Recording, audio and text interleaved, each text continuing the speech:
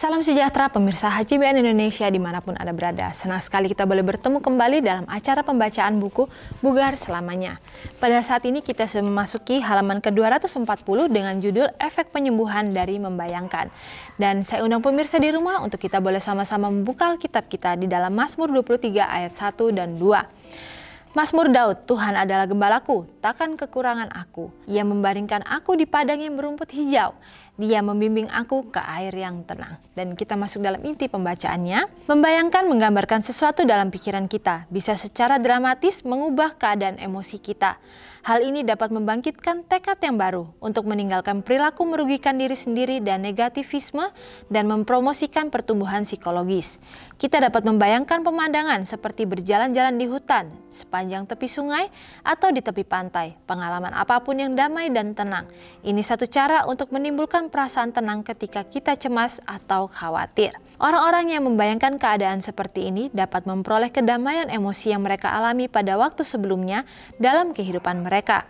Asosiasi yang dihasilkan dari perjalanan literal yang demikian dengan perasaan ketenangan dan kedamaian yang menyertainya dibangkitkan kembali dalam pengalaman membayangkan. Jadi bagaimana di sini dikatakan bahwa mungkin ketika kita saat ini mengalami satu situasi yang mungkin sulit di hadapan kita, dikatakan bisa membayangkan suatu kondisi tenang yang mungkin pernah kita alami, yaitu ketika kita berjalan di tepi hutan atau kita berjalan di tepi pantai, dan ketika kita berusaha membayangkan, mengingat kembali akan peristiwa tersebut, dikatakan mood atau perasaan cemas kita pun akhirnya akan berkurang, dan ketenangan itu bisa kita dapatkan ketika kita berusaha untuk mengendalikan pikiran kita, membawa kembali perasaan damai pada waktu lalu untuk ada menjadi bagian dari kita saat ini. Dan itu bisa terjadi dalam kehidupan kita. Bahkan ketika kita mungkin saat ini sedang marah, tetapi ketika kita mau untuk meredam kemarahan tersebut, kita bisa mengingat kembali peristiwa-peristiwa yang menyenangkan atau yang berkesan dalam kehidupan kita, sehingga emosi kita pun akhirnya bisa meredam dan mood kita akhirnya bisa kembali seperti sedia kala. Jadi bagaimana di sini dikatakan bahwa pengalaman apapun yang damai dan tenang ini adalah satu cara untuk menimbulkan perasaan tenang ketika kita cemas atau khawatir. Di sanalah fungsi dari otak kita yang menjadi memori atau penyimpanan dari setiap hal yang kita telah lakukan, yang bisa kita putar kembali ketika kita memerlukannya. Dan otak tidak pernah salah untuk memberikan suatu hal yang bisa kita ingat kembali ketika kita mau untuk mengingat akan hal tersebut. Jadi bagaimana di sini sama seperti komputer yang mungkin dengan mudah kita mencari satu file tersebut, otak yang Tuhan ciptakan ini adalah satu alat yang sangat canggih, bahkan melebihi setiap komputer yang ada dimanapun yang ada di dunia ini. Ketika Tuhan sudah memberikan kepada kita suatu kesempatan untuk mempunyai kedamaian, untuk mempunyai ketenangan dalam kehidupan kita, kita bisa menyetel atau memutar kembali akan hal tersebut sehingga perasaan tersebut bisa menjadi perasaan kita pada saat ini. Lalu di sini juga dikatakan bahwa Mazmur dan perumpamaan-perumpamaan Yesus menyediakan banyak koleksi penggambaran pengalaman hidup tentang membayangkan. Yesus banyak menggunakan perumpamaan dalam pelayanannya di dunia ini. Hubungan intim dengan Yesus menghasilkan banyak pengalaman kuat yang menjadi bagian dari struktur pikiran kita. Menghidupkan kembali pengalaman-pengalaman ini akan menghilangkan semua awan yang mengancam. Sebagaimana seseorang pernah berkata, kita tidak perlu takut akan masa depan kecuali ketika kita melupakan bagaimana Tuhan telah memimpin kita. Jadi bagaimana di sini dikatakan bahwa dalam Mazmur Daud yang dituliskan oleh hikmat atau inspirasi yang diberikan oleh Yesus itu sendiri, dikatakan banyak perumpamaan-perumpamaan yang bisa membawa kita untuk mendapatkan kedamaian tersebut. Sama seperti yang di sini dituliskan dalam Mazmur 23, bagaimana Tuhan memberitahukan kepada kita bahwa Ia adalah gembala kita. Maka ketika Yesus menjadi gembala kita, maka kita tidak akan kekurangan. Ia membaringkan aku di padang yang berumput hijau. Ia membimbing aku ke air yang tenang. Jadi bagaimana ketika kita mendalami akan ayat-ayat tersebut, kita akan mempunyai suatu kedamaian, suatu ketenangan. Karena kita tahu bahwa hidup kita bukan hanya tanpa arah, tetapi hidup kita mempunyai satu tujuan, yaitu gembala kita lah yang akan menuntun kepada tujuan tersebut. Dan ketika kita mau untuk menjadi domba-domba yang penurut, yang mau untuk mendengarkan suara gembalanya, yang mau setia kepada gembalanya tersebut, maka kita tidak akan kehilangan arah kita, karena kita tahu di mana gembala kita menuntun, maka di sanalah kita akan berjalan.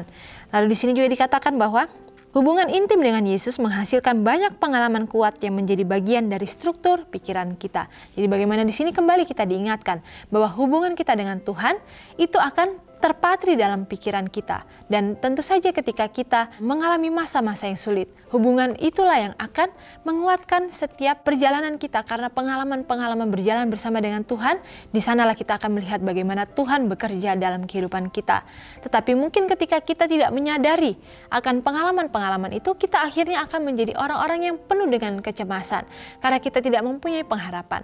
Tetapi ketika kita selalu berusaha untuk bersyukur setiap hari dari hal-hal terkecil sekalipun, maka kita akan melihat bagaimana begitu besar Tuhan sudah menuntun kehidupan kita. Lalu di sini juga dikatakan bahwa menghidupkan kembali pengalaman-pengalaman ini akan menghilangkan semua awan yang mengancam. Sebagaimana seseorang pernah berkata, kita tidak perlu takut akan masa depan kecuali ketika kita melupakan bagaimana Tuhan telah memimpin kita. Ini adalah suatu motivasi yang harus kita ingat setiap hari, bahwa tidak ada yang perlu kita takutkan di masa depan, karena kita tahu bahwa Tuhan sudah ada bersama dengan kita sejak masa yang lalu. Dan ketika kita sudah menyadari akan hal tersebut, seharusnya kita sebagai anak-anak Tuhan percaya sepenuhnya kepada Bapa kita, bahwa Ia tidak akan pernah meninggalkan kita. Tetapi yang bisa kita lakukan adalah mungkin kita lah yang meninggalkan Tuhan. Jadi bagaimana hubungan yang bergantung sepenuhnya kepada Bapa harus kita asah setiap hari. Lalu juga dikatakan, penggambaran seperti ini dapat membantu pecandu mengatasi kecanduannya. Orang-orang yang rentan terhadap taktik orang lain seringkali dapat menemukan bantuan dengan penggambaran diri mereka di hadapan orang-orang ini dan berlatih bagaimana cara situasinya sebelum pertemuan mereka di kemudian hari. Asosiasi akan dibentuk di otak, dan ketika situasi muncul, maka asosiasi akan mudah terbentuk lagi. Seorang individu akan mengalami kekuatan dan ketegasan yang sama dengan yang mereka alami dalam sesi penggambaran diri mereka. Jadi di sini dikatakan bahwa orang-orang pecandu dapat mengatasi kecanduan mereka, yaitu dengan mengingat kembali bagaimana kehidupan yang damai sejahtera tanpa kecanduan itu mereka pernah alami. Dan di sanalah ada sebuah motivasi yang muncul ketika hal-hal tersebut kita mau untuk timbulkan kembali dalam pikiran kita. Dan di sini dikatakan bahwa orang-orang yang rentan terhadap taktik orang lain, dikatakan orang-orang yang mudah dikelabui oleh orang lain adalah orang-orang yang bisa untuk mencegah akan hal tersebut ketika mereka mau untuk membuat skenario akan kejadian yang mungkin akan datang ketika kita atau orang tersebut akan bertemu dengan orang-orang yang seringkali mengelabui orang tersebut. Jadi di sini dikatakan bagaimana skenario itu bisa kita munculkan dalam pikiran kita dengan kita membayangkan bagaimana kalau mungkin orang tersebut akan mengatakan suatu hal yang akan membawa pikiran kita kembali menjauh daripada Tuhan, bagaimana tanggapan yang akan kita berikan untuk setiap perkataan dari orang tersebut. Itu bisa kita bayangkan, sehingga ketika hal tersebut benar-benar terjadi, kita sudah mempunyai kesiapan atau persiapan, sehingga ketika hal tersebut terjadi, kita bisa menentang dengan perkataan yang sudah kita persiapkan terlebih dahulu, sehingga akan lebih mudah bagi kita untuk menolak akan perkataan-perkataan yang membuat kita jauh daripada Tuhan, karena kita sudah mempersiapkan terlebih dahulu. Jadi bagaimana di sini dikatakan asosiasi yang dibentuk di otak, dan ketika situasi muncul, maka asosiasi tersebut akan mudah terbentuk lagi. Bagaimana otak akan mengingat kembali akan skenario yang sudah diterapkan sebelumnya. Seorang individu akan mengalami kekuatan dan ketegasan yang sama dengan yang mereka alami dalam sesi penggambaran diri mereka. Jadi bagaimana di sini dikatakan ketegasan yang sama bisa orang itu alami seperti sebagaimana ketika orang tersebut mengalami kejadian yang nyata. Jadi di sini dikatakan bahwa persiapan itu adalah sangat penting bagi kehidupan orang-orang yang mungkin membutuhkan sebuah persiapan yang lebih matang untuk bertemu dengan orang lain. Jadi bagaimana di sini dikatakan bagaimana kita harus menyiapkan diri kita masing-masing, karena kita tidak tahu, mungkin di saat kita merasa diri kita kuat, di sanalah kita mudah terkelabuhi oleh perkataan orang-orang di lingkungan sekitar kita yang membawa kita jauh daripada Tuhan. Jadi bagaimana persiapan diri dan hikmat yang kita minta daripada Tuhan, apakah kita perlu untuk bertemu dengan orang tersebut atau tidak, ataukah mungkin harus kita bertemu dengan orang tersebut tetapi bukan saat ini. Jadi biarlah melalui hal-hal tersebut kita kembali meminta hikmat yang berasal daripada Tuhan, bukanlah pikiran-pikiran kita yang mengendalikan setiap keinginan kita untuk melakukan sesuatu. Dan di sini juga dikatakan bahwa menghidupkan kembali hari-hari pacaran Anda melalui membayangkan dapat membantu Anda melakukan regenerasi pengalaman positif pada hari-hari itu. Gambaran yang terbangun menggugah emosi romantis yang sama dengan yang Anda alami saat itu. Dan ikatan saat ini diperkuat. Pembentukan gambaran mental tentang impian dan harapan terindah yang belum terpenuhi menambah dimensi lain pada manfaat yang bisa diperoleh dari membayangkan. Latihan ini membangkitkan harapan, kepastian, dan kemauan untuk membuat pernikahan akan berhasil. Mengingat dan menghidupkan kembali pengalaman-pengalaman positif di masa lalu sangat bermanfaat untuk menangkal keputusasaan dan depresi.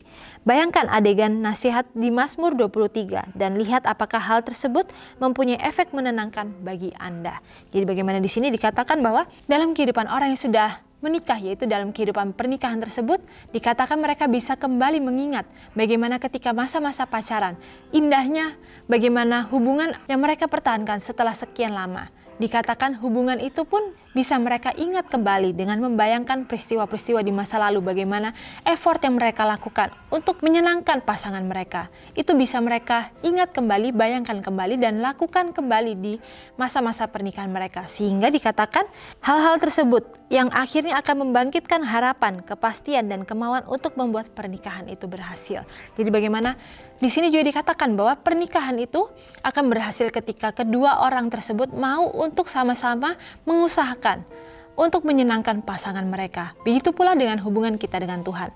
Seringkali kita diibaratkan sebagai mempelai perempuan, atau gereja itu adalah pengantin wanita daripada Tuhan itu sendiri. Dan ketika kita sebagai pengantin wanita, kita tentu saja akan berusaha memberikan yang terbaik untuk menyenangkan hati pengantin pria tersebut, yang menjadi bagian dari mempelai wanita tersebut ketika mereka sudah disatukan dalam satu ikatan pernikahan yang kudus.